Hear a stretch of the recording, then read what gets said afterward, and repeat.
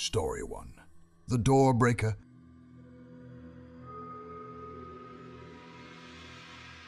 Watching Cody's dog, Theo, was supposed to be a simple task. Theo, an energetic Pomsky with a penchant for barking, had become unusually agitated that evening.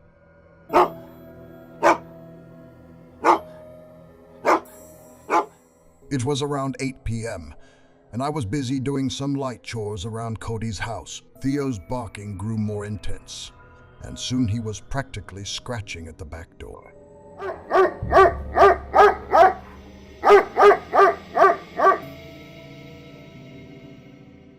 I decided to let him out, thinking he needed to go to the bathroom. As I approached the door, I noticed the doorknob moving. My heart skipped a beat. I looked over at the screen and saw a man staring back at me. He was disheveled, mid-50s, dirty, and looked like he hadn't showered in days. His eyes were wild, and he seemed lost. He asked me if I'd seen Cody's sister, Melissa. Melissa was in her 20s and lived far away. I knew right away that this man wasn't here for a friendly chat.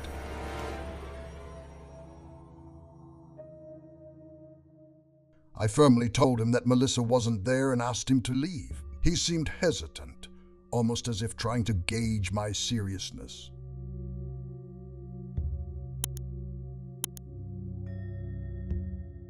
I decided to mention the security cameras scattered around the complex, hoping to deter him further.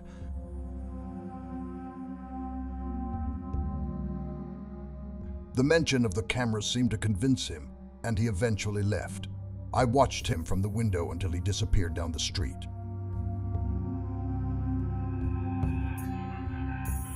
When Cody returned, I told him the details. He was as confused as I was. Melissa hadn't mentioned the man, and no one in Cody's group knew him.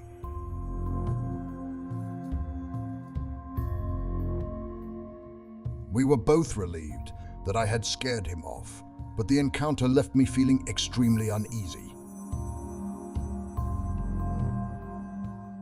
The thought of what might have happened if he had gotten inside gave me goosebumps. That night, I double-checked all the doors and windows before going to bed, and even then, I still couldn't shake the feeling of being watched.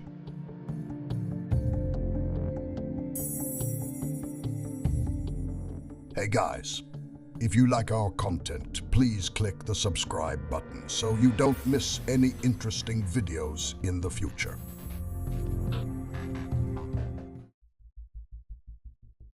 Story 2. The Haunting Presence. I was 13 years old, home alone in our large house in rural Michigan. My parents had gone away for the weekend, leaving me in charge of the property.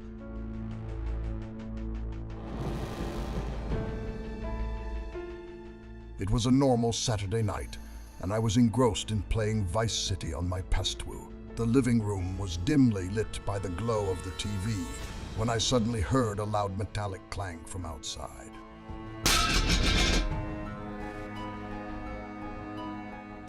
I froze, my heart pounding. I rushed to the window, trying to see what was making the noise. It was only when I got to the window overlooking the storage building that I saw it. The door was wide open.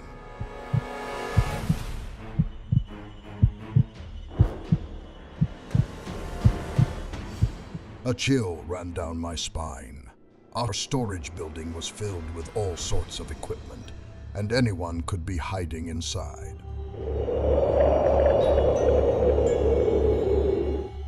I grabbed my rifle from the closet, a precaution my parents always took. I went outside, yelling, "Who's there?" but got no response. I cautiously approached the storage building, announcing that I had a gun. When I reached the door, I found it slightly ajar.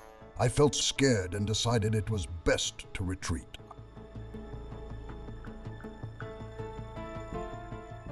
Back inside the house, I locked all the doors and sat by the window, watching the storage building for any signs of movement. I tried calling my dad, but he didn't answer.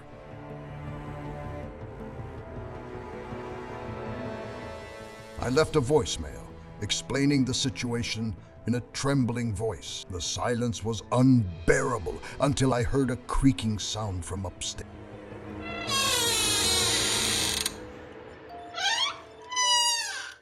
My heart pounded as I climbed the stairs, rifle in hand. I saw 2 bare feet through the crack under my parents' bedroom door.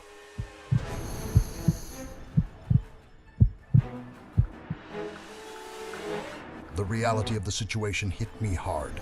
I realized that I was overextended and probably unprepared to deal with it. I rushed downstairs and locked myself in the bathroom, calling 911.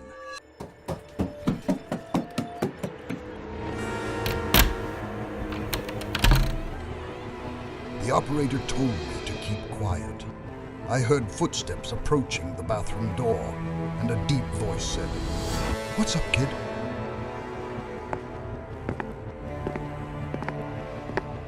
I told the operator that I was on the phone with the police and had a gun. The intruder tried to open the door but eventually left.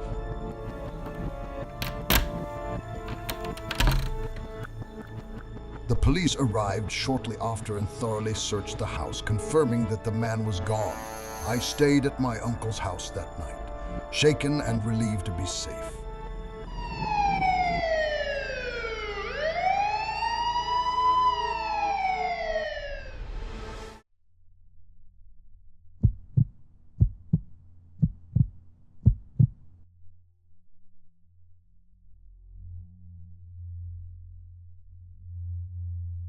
Story 3.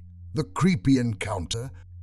When I was 18, I was alone at my family's house in Pennyville, Michigan, while my parents went on a business trip for a week to celebrate their wedding anniversary.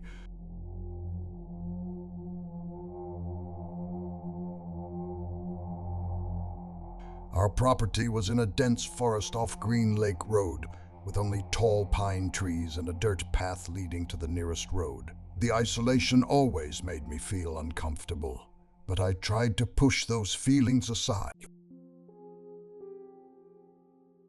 One afternoon, I was at the Pennyville gas station on Elm Street, filling up my old Honda Civic. It was a quiet, almost forgotten corner of town where everyone knew each other.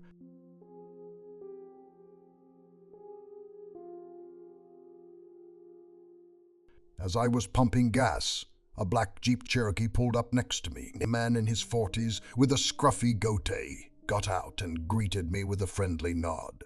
He seemed harmless enough and asked me for directions to the intersection.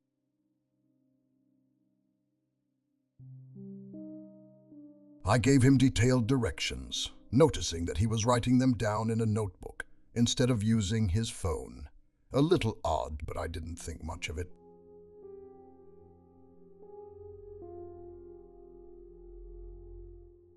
He smiled and thanked me and said he was from out of town, but he didn't say where. After filling up the tank, he got back in his Jeep and drove away. I didn't think much of it at the time. That evening, I was returning home from hanging out with friends. As I turned off Green Lake Road and into our long driveway, I saw the same black Jeep Cherokee behind me. He didn't try to follow me down the driveway. He just kept driving, which I found odd but chalked up to coincidence.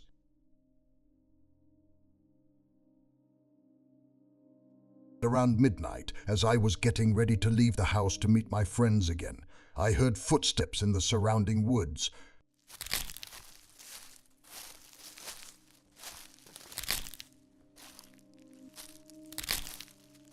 It was summer, so at first I thought it might be an animal.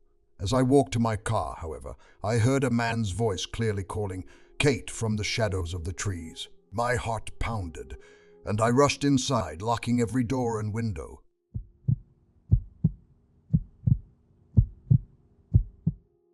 The next night, while my parents were still out, I heard the voice again. It was unmistakably the man from the gas station. I caught a glimpse of him at the edge of the woods, just beyond the reach of the porch light. Fear took hold of me, and I spent the night hiding in the basement with my father's old rifle, trying to be as quiet as possible.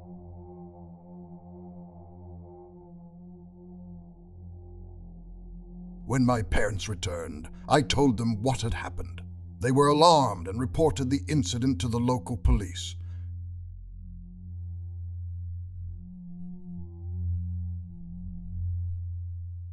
Despite a thorough search and increased patrols around Pineville, the man was never found. The whole experience left me deeply uneasy, and I couldn't shake the feeling of being watched.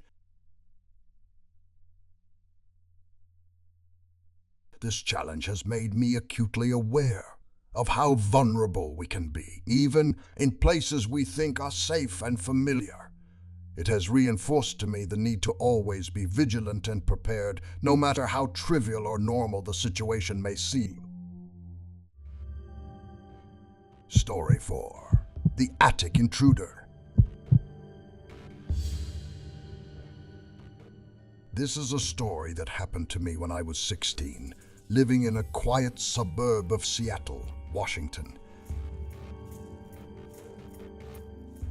It was a normal summer evening, and my parents had gone out to dinner, leaving me home alone for a few hours. I had intended to watch a movie and relax, but that night took a turn I will never forget. While I was watching TV in the living room, I heard a series of soft noises coming from above. At first, I thought it was just the house settling down, but the noises continued, irregular and distinct. They sounded like footsteps. I paused the movie and listened closely, trying to determine if my mind was playing tricks on me.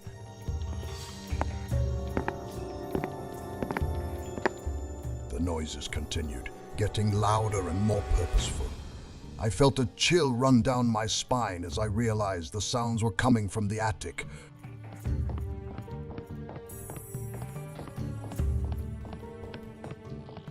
Trying to stay calm, I grabbed my phone and flashlight. I hesitated, debating whether to call my parents or investigate the noise myself. Foolishly, I chose the latter. I climbed the stairs to the second floor, each step echoing in the silence of the house. The entrance to the attic was a small hatch in the ceiling of the hallway.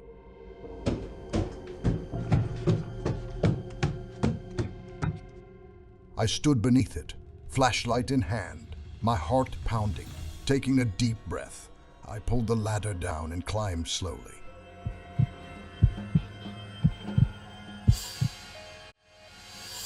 The attic was dark and musty, filled with old boxes and forgotten belongings.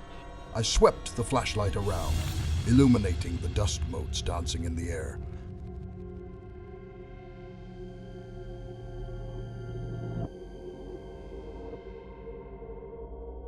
As I moved deeper into the attic, the thumping grew louder. I turned a corner and saw something that made my blood run cold.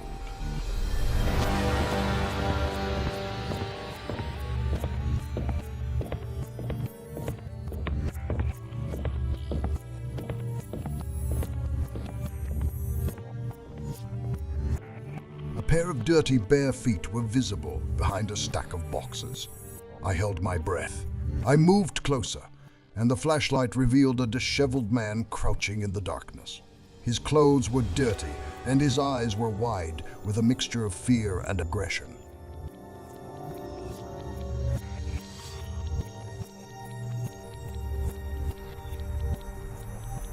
Before I could react, the man lunged at me, knocking the flashlight from my hand. We wrestled in the dark, his grip on my wrists painfully tight.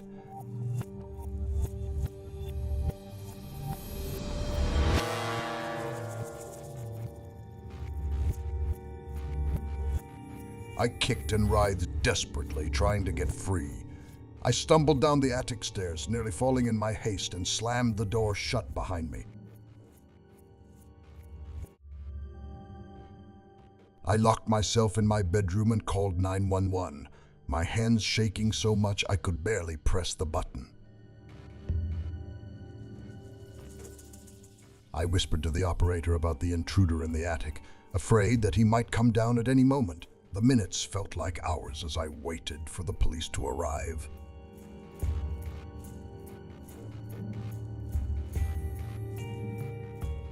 When they finally found him, they found the man still hiding in the attic. He was a homeless man who had somehow found his way into our house and had been living there for days, maybe weeks without our knowledge. The police escorted him away, and my parents rushed home, horrified by what had happened.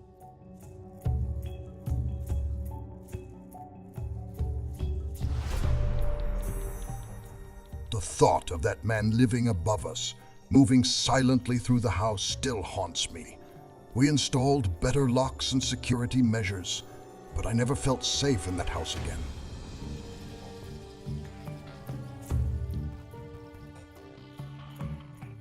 It was a chilling reminder that sometimes the scariest things aren't in our imaginations. They're right above our heads.